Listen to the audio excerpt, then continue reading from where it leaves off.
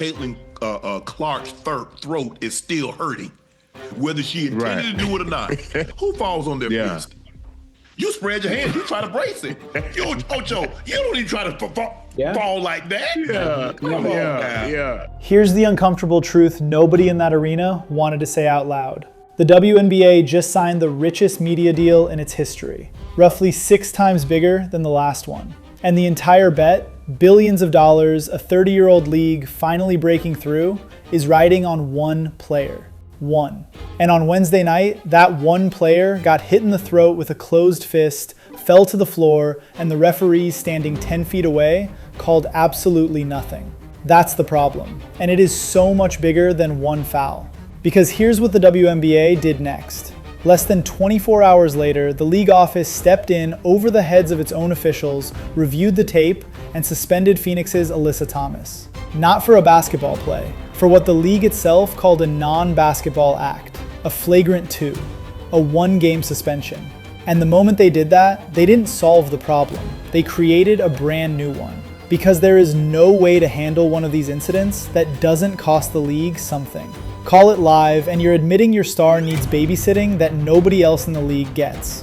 Let your refs miss it and then overrule them a day later, and you're announcing to the whole world that your officials can't be trusted to protect her in real time. Do nothing, and you're gambling the most valuable asset women's sports has ever produced. 3 possible moves. Every one of them is a confession, and they have to pick one every single time it happens. In this video, we break down the full story. Absolutely unacceptable. What actually happened on that floor June 24th? Why the league's punishment set off a civil war between 2 head coaches? The 2-year pattern that this is only the latest chapter of. And the real questions about officiating, about whether she's truly targeted, about whether the league is protecting her too much, that nobody covering this wants to touch. Everything's on the table. First, you have to understand why this matters more than any single hard foul should. Go back to 2024. The WNBA signs a national media rights package worth about $2.2 billion over 11 years, and then keeps stacking partners until it's pushing past $3 billion. Compare that to the deal it replaced, which averaged around $43 million a year. That is not growth. That is a different universe. And it kicks in this exact season, 2026. Now ask the obvious question, what changed? What turned a league fighting for relevance into a $3 billion property in about 24 months? You already know the answer. A generational guard walked in the door in 2024, brought a television audience that had never watched women's basketball in their lives, and never left. The league's valuation, its TV deal, its expansion into Toronto and Portland, all of it accelerated on the back of the attention she generates. So when she's lying on the hardwood and the whistle stays silent, that's not just a basketball problem. That's the league's business model lying on the hardwood. And everyone in the building knows it. But here's the part that makes Wednesday night so combustible. This isn't new. This is a pattern, and it goes back to her very first month as a pro. Rewind to 2024, her rookie season. Early on, she runs full speed into a Breanna Stewart screen in New York and ends up on the floor. Legal play, mostly on her for not seeing it coming. Fine. But then it keeps happening, and it stops looking like an accident. A hard hip check from Kennedy Carter away from the ball that knocks her down and becomes a national story. The league upgrades it to a flagrant 1 the next day. Then last season, the one that really lit the fuse, JC Sheldon catches her in the eye, Clark shoves back, and Marina Mabrey comes flying in to put Clark on the ground. Sophie Cunningham retaliates. 3 players ejected, an on-court fight. And in the middle of all of it, Clark's own coach, Stephanie White, standing there saying the officiating had been a problem for the entire league and that this kind of escalation was completely predictable. Here's the detail that matters most. That Mabrey shove, the refs gave it a technical in the moment. The league reviewed it later and upgraded it to a flagrant 2. Sound familiar? Because that is the exact same sequence that just played out again. A no call or a soft call live. Public outrage. A league office that overrules its own referees a day later. That has now happened enough times that it isn't an incident anymore. It's a system. And the system is telling on itself. So now we get to Wednesday, June 24th. Indianapolis. Fever and Mercury. the second chippy meeting between these two teams in a single week. 6 minutes and 52 seconds left in the second quarter.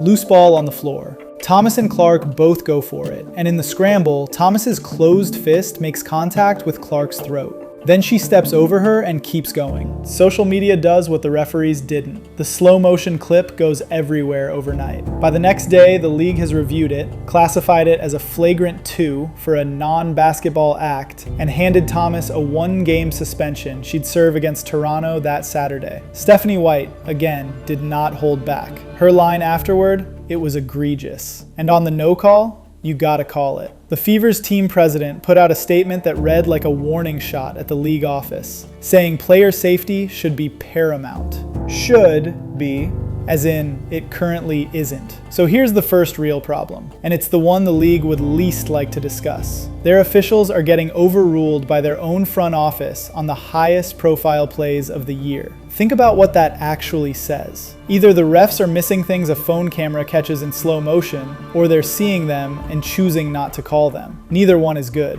One is incompetence. The other is something worse. And the league has tried to patch this. There's a competition task force. There are new points of emphasis. None of it has stopped the cycle, because the cycle isn't really about any single referee. It's about a league that grew faster than its infrastructure. The product blew up. The officiating did not catch up. And the gap between those two things has a name now, and it's the most famous player in the sport. Now the second problem, and this is the one that should genuinely scare the league office. They have completely lost control of the story. Watch where the clip ended up. It didn't just run on ESPN, it ran on Fox News, on Newsmax, on CNN. A loose ball foul in a June regular season game became a segment on national political programming. Every hit on this player now gets pulled out of the world of basketball entirely and dropped into a culture war that has almost nothing to do with the score. And that puts the league in an impossible spot. They can't litigate that fight. They'll alienate half their new audience no matter which way they lean.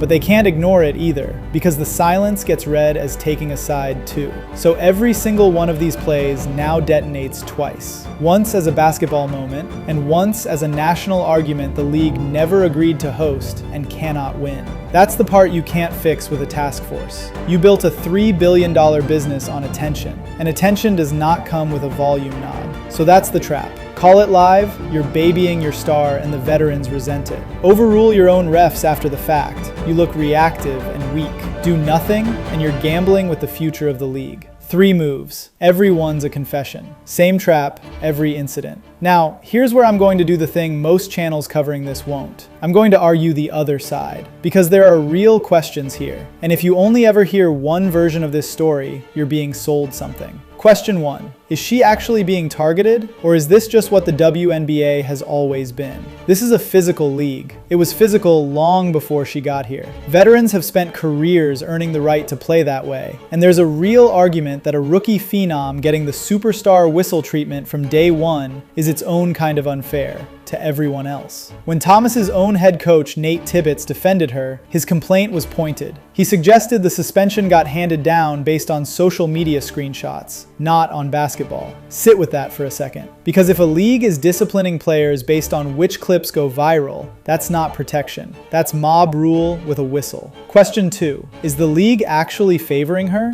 Look at the pattern again, but flip it. The upgrades keep going her way. The reviews keep landing in her favor. You could just as easily argue this is a league bending its own rulebook to shield its meal ticket, and that every veteran who came up the hard way has every right to be furious about it. And there's a counterweight to all of it worth hearing. Shannon Sharpe, defending the suspension, cut through the intent debate entirely. His line was that intent only matters to the person doing it. The throat still got hit. WNBA legend Lisa Leslie went a different direction and basically told the players, as a group, to clean it up before someone gets seriously hurt. So which is it? A targeted star the league can't protect? A pampered rookie getting calls nobody else gets? Or just a physical league with an officiating problem that happened to collide with the most watched athlete it's ever had? The honest answer is that it's probably some of all three. And anyone telling you it's cleanly one thing is selling you a jersey.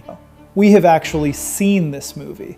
When Michael Jordan came into the NBA and started torching everyone, the Detroit Pistons built an entire defensive philosophy around just hitting him. The Jordan rules. Hard fouls, Put him on the floor. Make the phenom earn it. The league eventually had to decide whether to protect its new cash cow or let the old guard police him their way. They chose protection. They changed how the game was officiated. And that decision built the most profitable era in the history of the sport. That's the fork the WNBA is standing at right now, in real time, this season. Protect the franchise player and reshape the league around her, or let the league police her the way it always has and risk the asset. Every league that's ever had a transcendent talent has had to make this exact call. The WNBA is making it on a 24-hour news cycle with cameras on every angle, and so far, it's making it one overturned foul at a time. So no, this isn't really about Alyssa Thomas. It isn't even really about one hit. The suspension will fade. There'll be another game, another hard foul, another viral clip, probably within weeks. Because the actual problem isn't any single play, it's structural. A league grew into a $3 billion business faster than its officiating, its discipline system, and its ability to control a story could possibly keep up. And all of that pressure now lands on the throat, literally, of one 24-year-old guard. If she stays healthy and the league figures this out, women's basketball is looking at the most valuable decade in its history. If they don't, if she keeps ending up on the floor and the whistle keeps staying silent and the culture war keeps swallowing every clip, then the league's biggest asset is also its biggest liability. Same player, same problem, no easy way out. The WNBA wanted the spotlight. It got it. And the spotlight, it turns out, shows everything. So I want to hear it. Is Caitlin Clark genuinely being targeted, or is the league protecting her more than anyone else gets protected? Drop your honest take in the comments, because I read them, and this one's going to be split. Hit subscribe if you want the breakdown when the next one of these happens, and it will happen. And check out one of these videos on your screen right now.